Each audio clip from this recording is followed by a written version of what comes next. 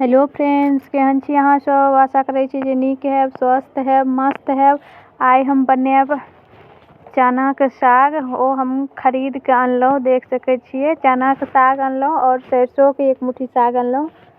आ ई साग के हम आब नीक जकाँ हम बनाएब। हमरा बनाबऽ तऽ नहीं पता अछि जे केना बनै छै, मगर तैयो हम पता केलहुँ जे केना बनै छै। तऽ ओकर मूड़ी परका जे खिजा खिजा पात होइ छै, मूड़ी होइ छै, से हम खोटि लेलहुँ। खोटलाके बाद बहुत सारा ओहिमे से जंगल निकललै।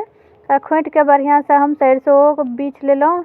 देख सकै छी जे कते रास ओहिमे से हमरा निकलल डाँट पात सब आ खराब साग सब। इम्हर हमर जे नीक छलै से हम निकालि लेलहुँ।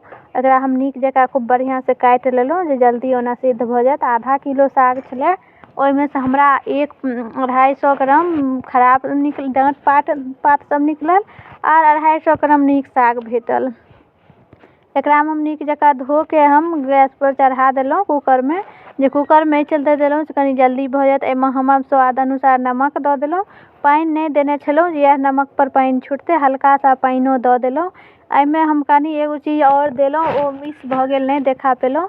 एहिमे हम अदरक, लहसुन और हरी मिर्च कुटि के हम देने छलहुँ, ओ नहीं देखेलहुँ। आब हमर 7-8 सीटी लगा देलहुँ तऽ जाके नीक जकाँ गल गेल।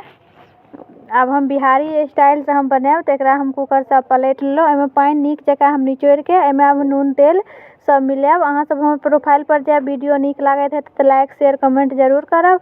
आ जे आदमी हमर चैनल सब्सक्राइब नहीं केने छी ओ चैनल सब्सक्राइब कऽ लेब। आब मिरचाई सब, हरियर मिरचाई सब हम काटि लेलहुँ।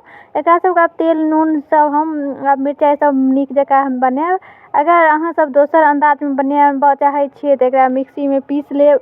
और जेना तड़का लगबै छै, कढ़ाई में तेल या हरियर मिरचाई सब दऽ के खूब बढ़िया से तड़का भी लगा सकै छियै। मगर हम सब गाँव से छी ताहि दुआरे हम बिहारी स्टाइल से बनबै छी। हम सब अहिना बनबै छी, नून तेल मिरचाई सब मिला के आ मकई के रोटी बना के।